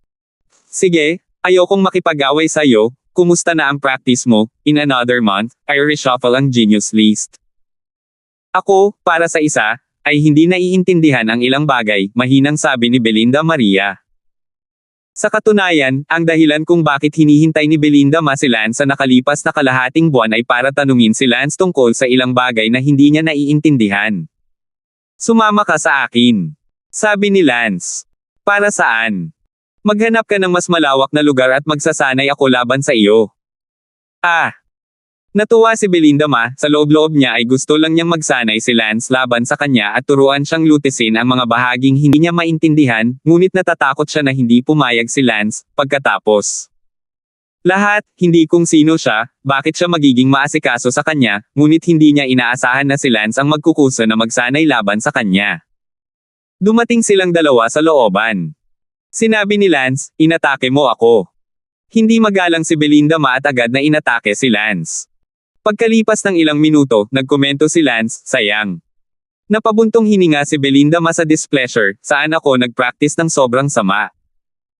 Kung pupunta ka sa Genius Ranking Shuffle sa estadong ito, kung gayon ay talagang nag-aalala ako kung maaari kang makapasok sa nangungunang 100. Ang epekto ng pagkilos na ginawa mo pa lang, ang 10,000 Things Without Spring Avatar, ay nakakasakit at walang espiritu, hindi banggitin ang nakakasakit. Hindi ba ganito kung i-cast mo, hindi ako naniniwala. Hindi kumbinsido si Belinda Maria. Pagkatapos ay idilat mo ang iyong mga mata at makakita ng malinaw. Pagkasabi niyon, ginawa ni Tang Zaiden ang parehong isa sa silence technique na Pagkasabi niyon, ginawa ni Lance ang parehong isa sa silence technique na minsan sa kanyang sarili, all things springless. All things springless. Buzz. Bahagyang sumuntok si Lance, ang hangin ay nagbuga ng mahina hanggang sa malamig na tunog, at isang kumpol ng mga bulaklak na hindi kalayuan sa Lance ay biglang nagbago mula sa sariwang sanga at berdeng dahon, sa isang kumpol ng mga buto ng bulaklak. Nanginginig ang katawan ni Belinda Ma nang makita si Lance na gumanap ng parehong galaw, ngunit napakalakas nito na ilang beses itong mas malakas kaysa sa kanya, na parang nagsasanay sila ng ganap na magkakaibang antas ng spells. Hindi makapaniwalang tumingin ang mga mata ni Belinda Ma kay Lance, tila ipinakita sa kanya ni Lance, kung ano ang katulad ng isang spell, bago naisip ni Belinda Ma na may pagkakaiba lamang sa pagitan ng mas mataas at mas mababang antas ng spell, ngunit hindi niya inaasahan na ang parehong spell at iba't ibang mga tao ay magkakaroon ng malaking pagkakaiba. Sinabi ni Lance, tingnan ng malinaw. Ano ang epekto ng spell na ito na ginawa mo? Ano ang pagkakaiba nito sa akin? Ako. Nauutil si Belinda masaglit, seryoso na ngayon ang mukha ni Lance, biglang parang elder, nakalimutan ni Belinda Ma ang lahat tungkol sa rapist na imaheng iyon ni Lance. Sinabi ni Lance, ngayon ay tuturuan kita ng kaunti, kaya tandaan mong mabuti, mula sa antas ng pag-unawa sa spell, ang iyong pag-unawa sa spell ay may problema. Bantayan mong mabuti. Oo. Walang imik si Belinda Ma, ngunit mabangis siya, ngunit tila walang reklamo si Belinda Ma tungkol sa pagiging mabangis sa sandaling ito. Si Lance ay hindi maramo, at hindi rin siya masyadong matigas sa kanya, ginagabayan siya ng paunti-unti, ang kanyang mga pagkakamali, ang kanyang mga maling lugar, at paulit-ulit na itinatama siya. Sa ganitong paraan, tinuruan siya ni Lance ng 5 forms of silence technique, sinanay niya ito at ginabayan siya, na gumugol ng 10 araw. Pagkaraan ng 10 araw, ang aplikasyon ni Belinda Ma ng silence technique ay ganap na umabot sa antas na nilayon ni Lance. Well, not bad. It's reached my requirements. Tumango si Lance na may bahagyang ngiti habang nakatingin sa isang beses na kakakas ni Belinda Ma ng all things springless spell. Natuwa si Belinda Ma nang makitang sa wakas ay nasiyahan si Lance, at hindi niya sinasadyang ibinuka ang kanyang mga labi, nitong 10 araw, na inaprubahan ng kamatayan ni Lance, hindi niya alam kung gaano siya naging mabangis. 1999. Gayunpaman, nang makita ni Belinda Ma ang kanyang paglaki sa nakalipas na 10 araw, ang kanyang puso ay nakaramdam din ng hindi kapani-paniwala, ang pagkakaiba ng lakas sa pagitan niya 10 araw na nakalipas at ngayon, lalo pa 3 taon na ang nakalipas, ay napakalaki. Sinabi ni Lance, Belinda Ma, ngayong sumasali ka na muli sa Genius Ranking Shuffle, sapat na ang tiwala ko sa iyo, sa katunayan, hindi rin imposibleng makapasok ka sa top 80. The top 80? Oh my! Si Belinda Ma mismo ay nabigla, alam mo, nagsisimula pa lang siya sa landas ng pre-human immortal, nagsisimula pa lang, makapasok siya sa top 80, hindi ka panipaniwala. Maghanda kang mabuti. Pagkasabi niyon, tumalikod si Lance at naglakad palayo nang wala ng kalokohan kay Belinda Maria. Tumingin si Belinda Ma sa likod ni Lance at natulala saglit. Sa katunayan, sa ngayon, medyo komplikado si Belinda Ma sa loob, kumpara sa 3 taon na ang nakalipas, malaki ang ipinagbago ni Belinda Ma, hindi mapigilan ni Belinda Ma na tanungin ang sarili sa loob, kung hindi siya dinala ni Renden dito 3 taon na ang nakakaraan. Kung gayon siya ay magiging isang babae lamang mula sa bayan ng Smallville na kakapasok lang sa Immortal Kingdom. Ang kabiserang lungsod ng Yunluo Immortal Kingdom ay biglang nagsimulang maging masigla mula sa araw na ito. Maraming tao mula sa labas ng bansa ang pumunta sa kabisera upang lumahok sa Genius Ranking Shuffle Competition. Sa sandaling ito, sa bayan ng Smallville, ang pamilya Neo. Duncan, nagsasanay ng husto sa loob ng 3 taon, sa pagkakataong ito, ang Genius Ranking ay muling nirerango, kailangan mong magtrabaho ng husto sa oras na ito kapag pumasok ka sa lungsod. Sabi ng isang matandang lalaki kay Duncan. Ang mga mata ni Duncan Neo ay kumislap na may sardonic na kulay, hindi niya malilimutan kung paano ninakaw ni Renden ang kanyang kasintahan 3 taon na ang nakakaraan. Huwag kang mag-alala, hindi kayo bibigwin ng Duncan sa ranking competition na ito, sa 3 taon na ito, ginawa kong lakas ang kalungkutan ko, pakiramdam ko, ngayon, puno ng lakas, papasok ako sa top 100. Nang listahan ng henyo, at tatalunan ko si Renden, tatapakan ko siya sa harap ng lahat, sa harap ni Belinda. Tapos, ibalik mo si Belinda. Duncan gritted her teeth. Duncan, naniniwala kami sa iyo. Napakalaki ng iyong pag-unlad nitong 3 taon, tiyak na magagawa mo ito. Kinagat ng Duncan Neo ang kanyang mga ngipin at sinabi, "Siyempre kaya ko, pinahirapan ako ng langit ng labis, dinungisan ang aking kasintahan, ninakaw ang aking kasintahan, ito ay isang maliit na kapigatian mula sa langit, isang maliit na pagganyak para sa akin." Isang kabataang lalaki mula sa pamilyang Neo ang abala sa pagsasabing, "Brother Duncan, tama, sa dulang inaawit sa theater shed, ang mga bida sa dulang iyon ay lahat ay ganito, sa una ay iniinsulto at pinahihirapan, pagkatapos ay bumangon ka ng malakas, siguradong katulad ka ng bida sa dula, si Brother Duncan, sumabog." Nanlamig ang tingin ni Duncan Neo, at sa kanyang puso, sinabi niya, "Renden, hintayin mo ako, dumating na ang oras para bumangon ako." Katulad nito, sa sandaling ito sa Xian Kingdom Palace. Sinabi ng emperador sa isang katulong sa tabi niya, ang patimpalak para muling mairanggo ang listahan ng henyo ay magsisimula na, gusto kong tiyakin na ang muling pagraranggo na ito, ang nangungunang 3 ay dapat na mga prinsipe ng aking maharlikang pamilya, at ang nangungunang 10 ay dapat higit sa 5 sa aking maharlikang pamilya. Kung hindi, ano ang magiging hitsura ng aking maharlikang angkan sa mga tao sa teritoryo? Ang lingkod na iyon ay ngumiti at nagsabi, "Kamahalan, makatitiyak ka, ang aking mga maharlikang inapo ay palaging napakalakas mula pa noong sinaunang panahon." Noong nakaraan, sa tuwing gaganapin ang isang kompetisyon sa pagraranggo, ang nangungunang 3 ay pawang mga prinsipe ng hari, at ang nangungunang 10 madalas. Nagkaroon ng 5 o 6, na lahat ay mga inapo ng mga prinsipe. Sigurado akong magiging pareho din ito sa pagkakataong ito, tutal, hindi naman 1 taon o 2 pa lang ang simula ng ranking competition. Kahit na totoo na sa nakaraan, sa tuwing maaagaw ng aking prinsipe ang 3 nangungunang pwesto, ngunit ang usaping ito ay tungkol sa dignidad ng aking maharlikang pamilya pagkatapos ng lahat, hindi ako maaaring mag-alala tungkol dito. Pumunta at tawagan si Hera Yun, Megan, Stacy, Lin Yun, Quentin Yun, Gustav Yun, ang mga taong ito sa akin.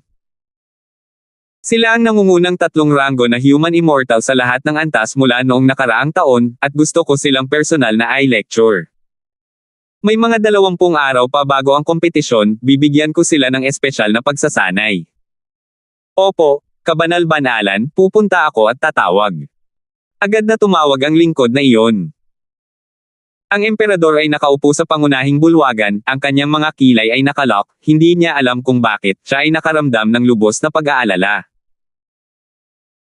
Kailangan niyang tiyakin na ang nangungunang 3 tao na nirerango sa lahat ng antas ng human immortal hierarchy ay kailangang mula sa maharlikang pamilya, upang maipakita ang kamahalan ng maharlikang pamilya. Sa sandaling ito, sa likod ng hardin ni Prinsesa Megan. Si Prinsesa Megan ay nakikipag-usap sa isang salitang tinatawag na Stacy. "Stacy, in 20 days, magsisimula na naman ang Genius Ranking Competition, paano ba naman may oras ka pa para pumunta sa pwesto ko para maglaro?" That Cloud Dream Princess said. Ang maliit na batang babae na iyon na tinatawag na Stacy ay ngumiti at sinabing, "Ate, ano ang pinag-aalala mo? 50 taon na ang nakalipas, una akong sumali sa Pre-Human Immortal Genius Ranking Competition, nanalo ako sa unang pwesto, at ngayon 50 taon na ang nakalipas, I still collect this first place I don't believe na may mga tao pa rin na makakaagaw ng first place ng Pre-Human Immortal Genius ko, besides, nitong 50 taon, dahil wala akong narinig kung saan umakyat ang genius. Sabi ng Cloud Violet Princess na iyon na may confident na mukha. Si Prinsesa Stacy, na hindi ka pani-paniwalang maganda at nasa mas batang bahagi ng spectrum ng edad, ay higit na kaibig-ibig. Sinabi ni Stacy, "Ate, nakakontak ka na ng ilang session at nanalo sa unang pwesto sa huling yugto ng Human Immortal, dapat ganoon ka rin sa pagkakataong ito, tama ba?" Siyempre, kailangan kong kumapit sa unang pwesto, hindi lang ako, kailangan mo ring kumapit sa unang pwesto sa mga unang yugto, para mapanatili ko ang aking maharlikang mukha. Ate, hindi na kailangang mag-alala tungkol dyan, sa Yunluo Immortal Kingdom, sino pa ba ang mas matalino kaysa sa ating mga maharlikang anak? Ang ating mga maharlikang ina po ay hindi lamang mas may talento, ngunit mayroon ding higit na walang kamatayang mga tadhana, kaya siguradong mamumuno tayo. Ang Yunluo Immortal Kingdom magpakailanman. Hindi lahat ay maaaring maging ganap, tama, Stacy, kailangan mo ring magmadali pabalik sa iyong paglilinang, mag-ingat sa paglalayag ng bangka. Sa sandaling ito, dumating ang isang katulong na parang eunuch at nagulat, samahan si Megan, Prinsesa Stacy, hiniling sa iyo ng kanyang kamahalan na sumulong. May sinabi ba ang tatay ko? Abala sa pagtatanong si Stacy. Sinabi sa iyo ng kanyang kamahalan na pumunta at sumunod, tungkol sa kompetisyong ito sa pagraranggo, at gayon din, espesyal na sasanayin ka ng kanyang kamahalan upang matiyak na walang mangyayaring masama. Mabuti. Si Megan din si Stacy, agad na umalis patungo sa palasyo kung saan naroon ang emperador. Katulad nito, ang isa pang prinsipe at prinsesa, pati na rin ang mga maharlikang inapo, ay papunta rin sa palasyo ng emperador. Hindi nagtagal, dumating sina Megan, Stacy, Hera Yun, Lin Yun, Quinten Yun, Gustav Yun, at isang dosenang iba pa sa palasyo ng emperador. Tiningnan ng emperador ang mga taong ito at sinabing, magsisimula na ang isa pang round ng ranking competition, kumusta na kayong lahat? Balik kay ama, handa na tayong lahat. Oo, pero hindi pa rin ako sigurado, baka hindi mo naiintindihan kung ano ang ibig sabihin nito sa amin, kaya dapat mong itago ang iyong mga pangalan. Megan, Hera Yun, Lin Yun, kayong tatlo, kailangan ninyong panatilihin ang una, pangalawa, at pangatlong pwesto sa Pre-Human Immortal. Oo. Quinten Yun, Gustav Yun, Yunshu, kayong tatlo, kailangan ninyong panatilihin ang nangungunang tatlo sa gitnang yugto ng Human Immortal. Oo. Stacy, Chun Yun, Blame Yun, kayong tatlo, kailangan ninyong panatilihin ang unang tatlo sa Pre-Human Immortals. Oo, ama. 2000. Kung ano ang lalahukan ni Lance ay ang Pre-Human Immortal Ranking, kaya hindi alam kung matatalo ni Stacy Yun, Chun Yun, at Blame Yun si Lance at panatilihin ang kanilang nangungunang tatlong pwesto. Siyempre, wala sa kanila ang nakakaalam ng banta ni Lance sa ngayon. Ang natitira sa kanila ay dapat panatilihin ang nangungunang 10. Oo. Okay. I'll officially start a 20-day special training with you guys. Come on, order the next 20 days. Mahigit 10 milyong taon ng walang kamatayang damo ay hindi mapuputol, ipagpatuloy ang pagbibigay sa kanila ng lahat. Oo. Ang mga maharlikang anak at apo sa palasyo, ang kanilang mga mukha ay tuwang-tuwa, kung sila ay mga ordinaryong tao, saan sila magkakaroon ng napakaraming supply ng walang kamatayang mga damo, at sila, na hindi maaaring putulin sa susunod na 20 araw, ay mapalad na lumaki sa imperial na pamilya upang magkaroon ng mapagkukunang ito. Ang mga anak na lalaki at apo ng pamilya ng imperial ay nagawang sakupin ang nangungunang tatlo sa listahan ng henyo sa loob ng mahabang panahon, at ito ay may kaugnayan din sa supply ng mga walang kamatayang damo at iba pa. Sa sandaling ito, sa Zabel Residence. Rendan. Panginoon Ama, ano ang hinahanap mo sa akin? Nilinang ni Lance ang silence technique at si Teddy ay tumakbo papasok.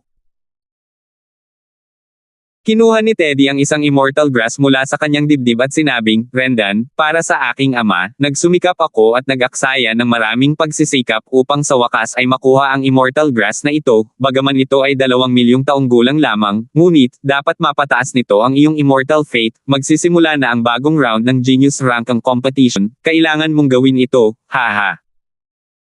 Tumingin si Lance sa immortal grass sa kamay ni Teddy at naantig, si Teddy ay talagang para sa kanyang kapakanan.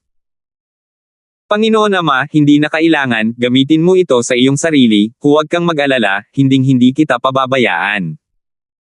Brendan, ano ang silbi ng pagiging magalang sa ama, kahit na medyo mapataas ang mana nito, sulit ito ah.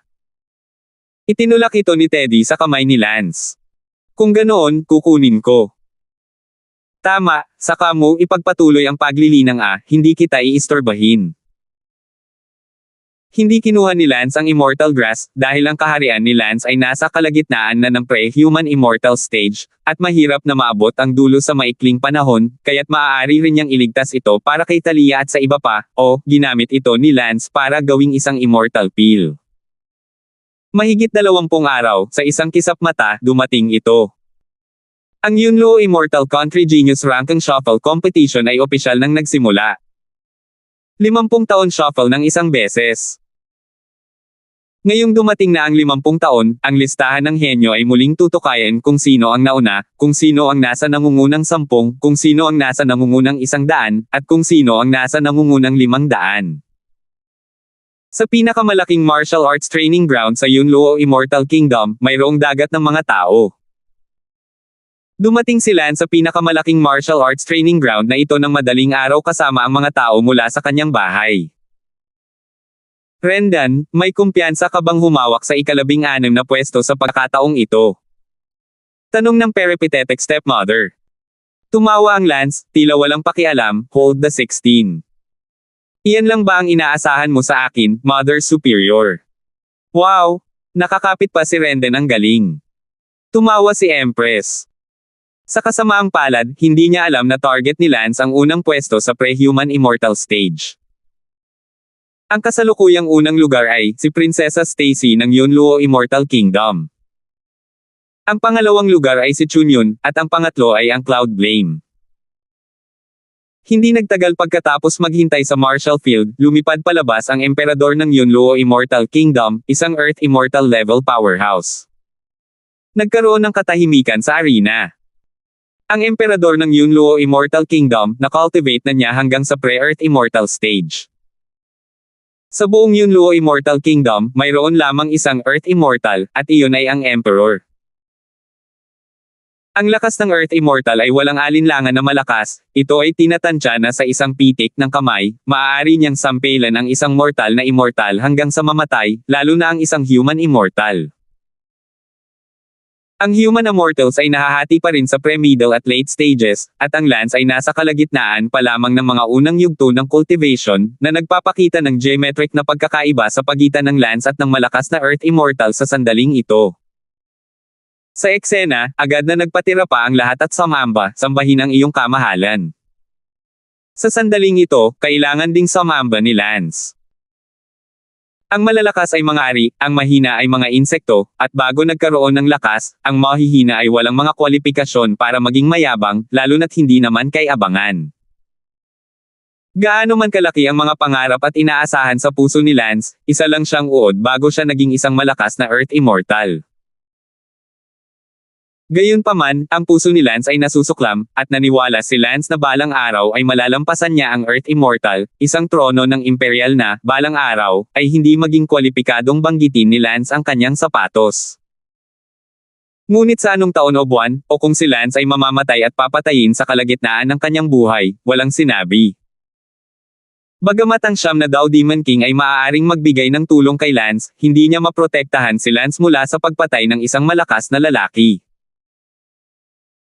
Lumapag ang emperador sa podium, pagkatapos ay tinatanaw ang hindi mabilang na mga ulo sa kanyang harapan at ngumiti, mga ginoo, nagsimula na muli ang 50 taong gulang na Genius Ranking Shuffle Competition.